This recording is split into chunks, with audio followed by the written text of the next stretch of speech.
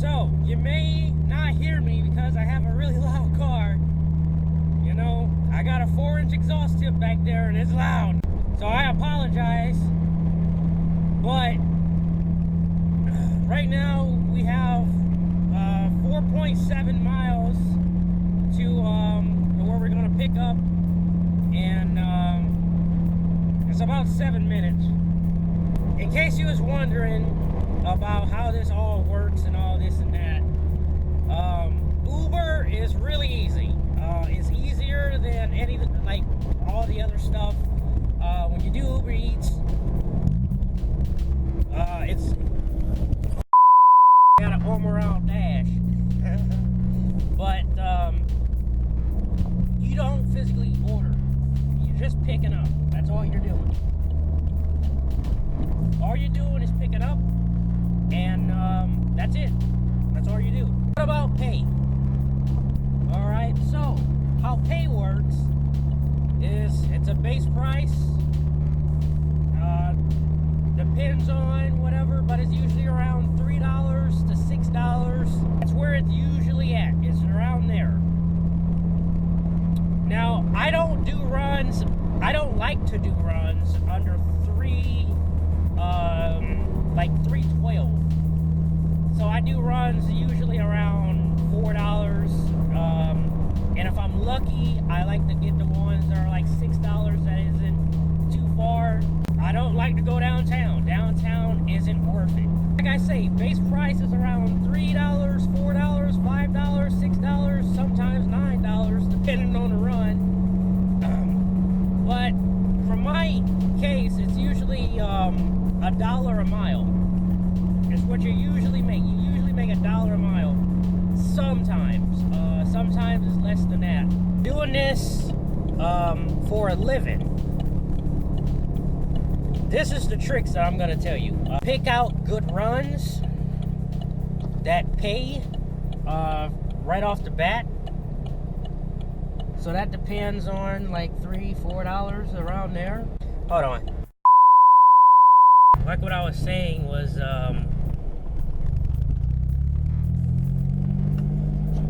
how does this work? So how this work is it goes through your phone. It goes through your phone like this, and when you get a order, it comes through your phone. You get a notification for it, and what you do. Oh, my coffee.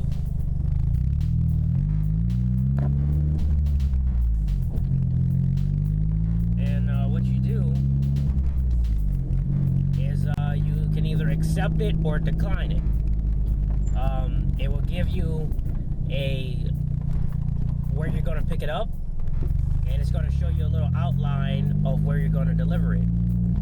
It's going to give you a price of how much it's paying, and you accept it or decline it. Like what I say is I don't like to do a run less than I don't like to do it less than $4, but sometimes you have no choice. And the reason for that is you're an owner op. You're basically a contractor. So gas. You have to take all this stuff into consideration as gas.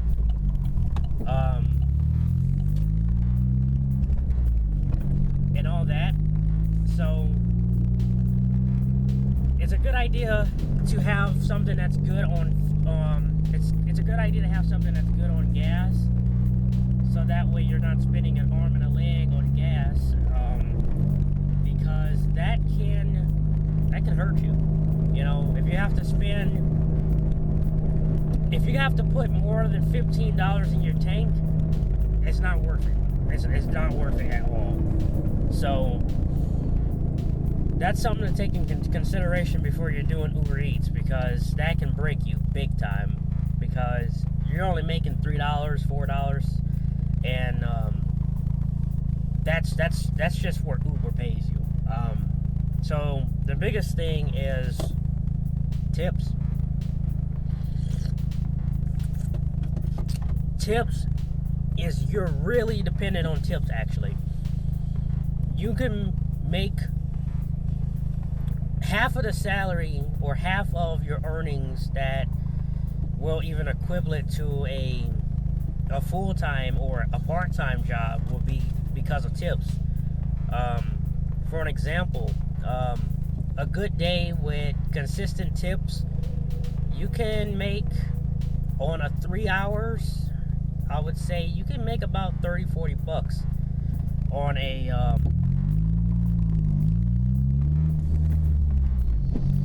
so that's every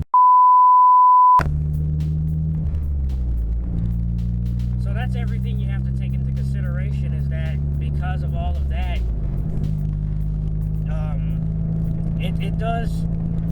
it is a big cost factor, because what you have to realize is if you're spending $10 on gas, and then if you're right around trying to wait for another call to come in, you got to realize is that you're actually burning a lot of fuel. It's a great idea to have a good fuel-dependent car and possibly sit around if you have to in certain low areas of the city. You have to realize is this: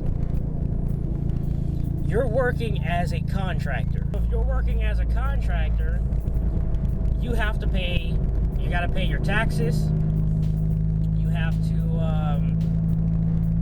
So that means you have to put money aside for that, and on top of that, you have to put money aside for your own car. So your maintenance, you got to put money aside for that. Your gas, you got to put money aside for that. And then on top of that, your personal costs, expenses, and what have you not. And as you can see, I got a call coming in, but I can't do it because I don't have my wallet with me, and I need that because I don't have my driving license with me. So I need to go back home and get my license. Coffee break. That's good coffee. You got to do a lot of runs to make 20 bucks without tips, because like I say, it kind of heavily depends on tips, because like I say, the base price is like $3-4, and if it's $3-4 a run, you can make a okay living. You can make an okay living, but if you're doing it for just something to do, what you have to, like I say, you have to come back into consideration is gas. And if you do 13 runs, you got to put gas back in your tank. So if you made 13 runs, and let's say those 13 runs you made maybe $16, again, you put $10 in the tank, what that leaves you? That leaves you what? $5, $6. It wasn't even worth it. So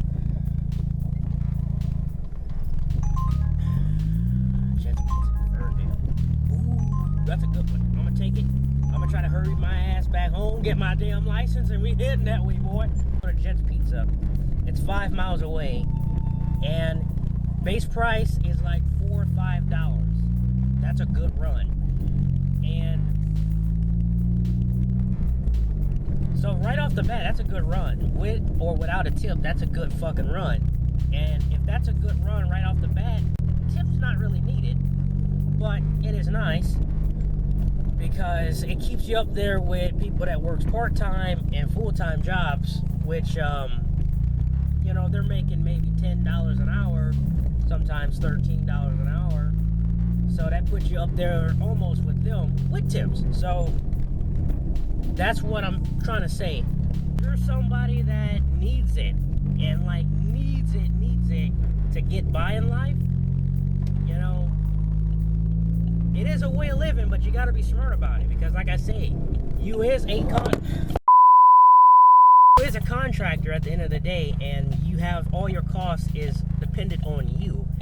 If you're good with finances, if you're good with money management, it could work for you, but you got to be smart about your money if you're planning to do this a while. And I'm planning to do this for the rest of this month, because winter's coming and I'm going to be doing snow plows, that kind of stuff. And say maybe three months time, I'm actually planning to getting into trucking. So hopefully I see you guys